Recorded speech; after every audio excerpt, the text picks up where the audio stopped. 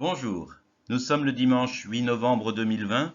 C'est le premier dimanche de cette nouvelle période de confinement si éprouvante pour tous et pour chacun.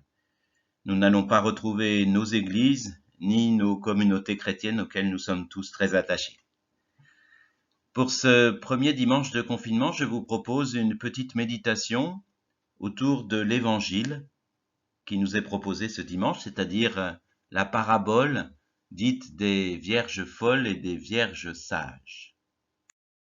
Il se trouve que cette parabole est assez joliment illustrée sur le grand portail de la basilique de Lompont, un lieu qui m'a été cher pendant de longues années, même si aujourd'hui je suis très heureux d'être dans ce secteur de Corbeil-Saint-Germain. Sur le grand portail ouest de la basilique de Lompont, qui date du XIIIe siècle, on ne trouve pas de représentation du jugement dernier, comme c'est souvent le cas dans les grands portails.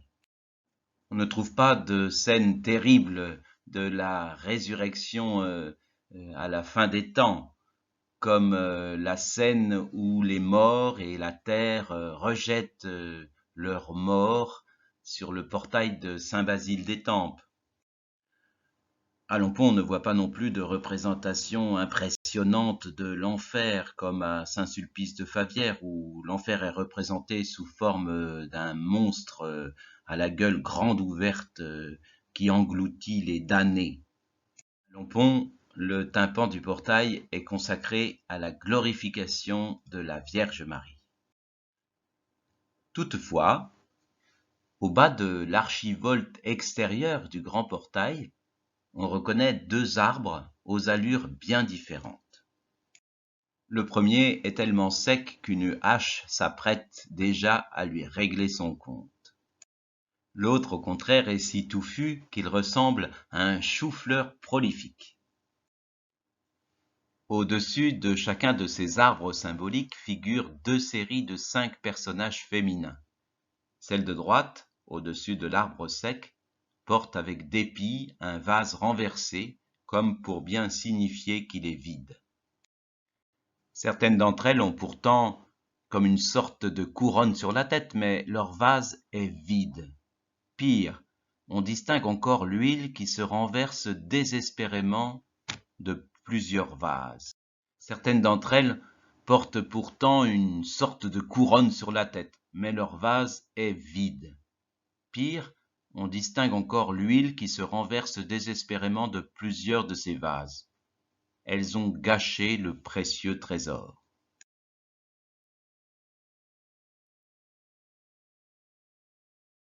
Au contraire, celles de gauche, au-dessus de l'arbre touffu, portent chacune leur vase à l'endroit. Par contraste, on comprend qu'elles tiennent des vases bien remplis. Au contraire, celles de gauche, au-dessus de l'arbre touffu, portent chacune leur vase à l'endroit. Par contraste, on comprend qu'elles tiennent des vases bien remplis. C'est donc la parabole des vierges folles et des vierges sages qui est illustrée sur le portail de la basilique de Lompont. C'est une sorte d'avertissement aux pèlerins d'hier et d'aujourd'hui qui franchissent le portail.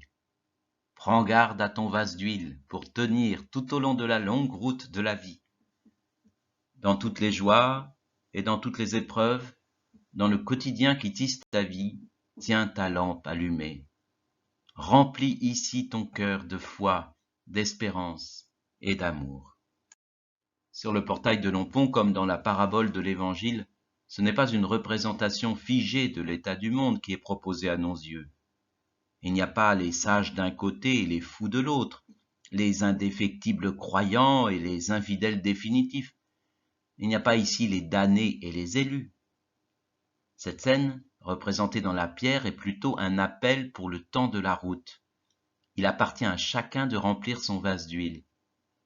Tant que l'on franchit la grande porte, tout est possible. Il n'est jamais trop tard. Tous les cœurs peuvent s'ouvrir. En ce temps d'épreuve, il nous est difficile de franchir les portails de nos églises. Pourtant, il nous est possible de franchir la porte de nos cœurs. Le Christ nous y attend, avec ses trésors de grâce.